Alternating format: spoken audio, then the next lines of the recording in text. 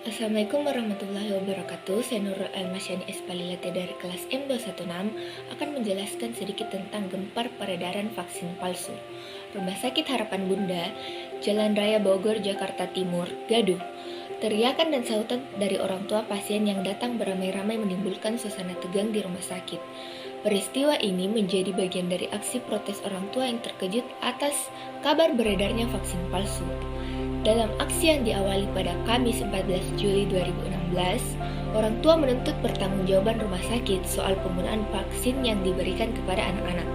Kegelisahan bermula dari pengungkapan polisi mengenai peredaran vaksin palsu di sejumlah fasilitas kesehatan seperti bidan dan klinik.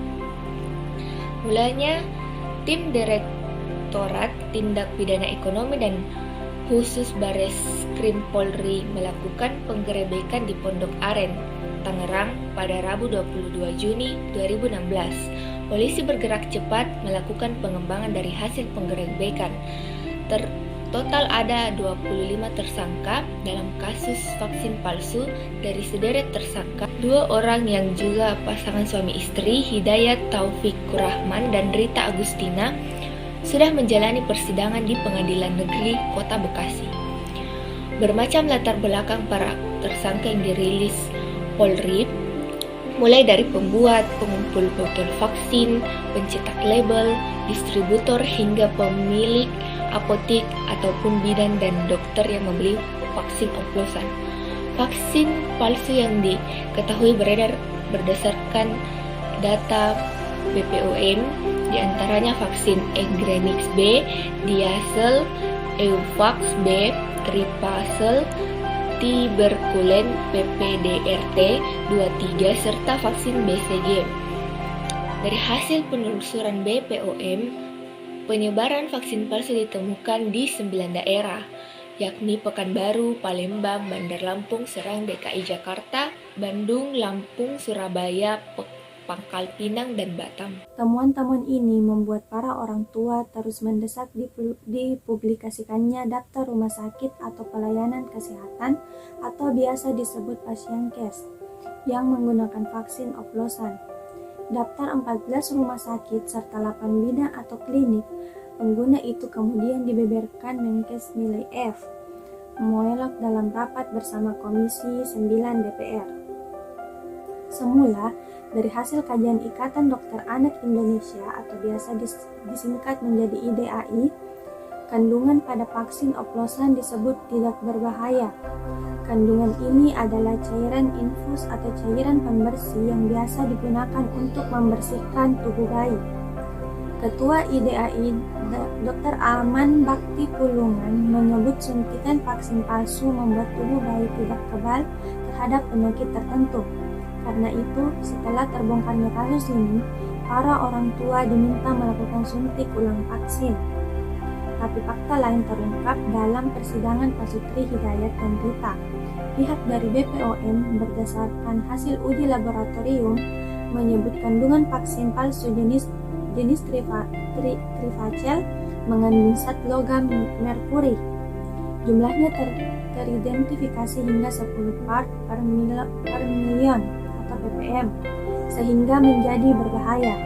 Pembuatan vaksin bagi imunitas bayi dan balita memang menggunakan kandungan merkuri sebagai pengawet, namun merkuri yang digunakan sejenis etil merkuri atau thiometsal atau yang dikenal sebagai garam merkuri dengan ambang batas 0,01%.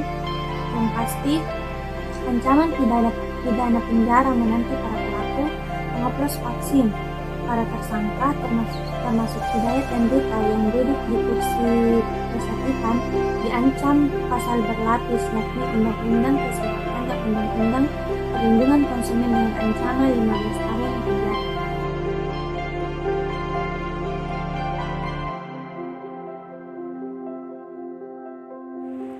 Bismillahirrahmanirrahim. Assalamualaikum warahmatullahi wabarakatuh.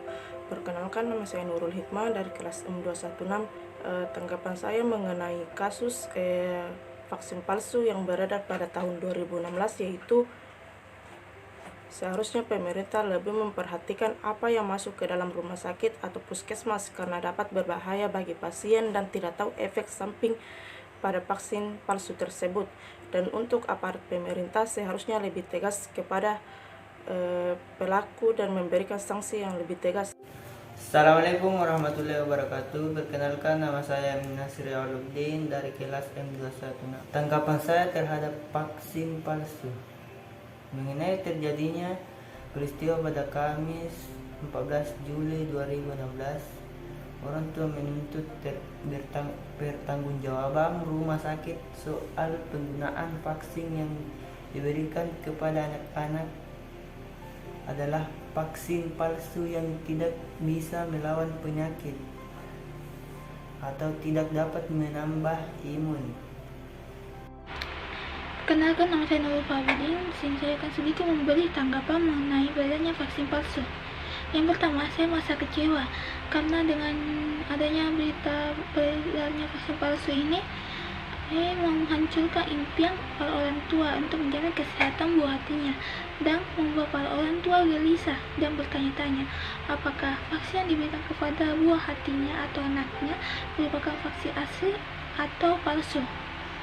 Serta saya juga merasa kesal dan kecewa terhadap para pelaku karena telah menyalahgunakan kepercayaan yang telah diberikan kepadanya, yang seharusnya vaksin untuk meningkatkan kekebalan tubuh, malah dalam vaksin palsu ini membuat para anak infeksi. Dan juga saya harus berterima kasih kepada para tenaga hukum atau Polri karena telah membongkar masalah ini yang telah terjadi selama bertahun-tahun.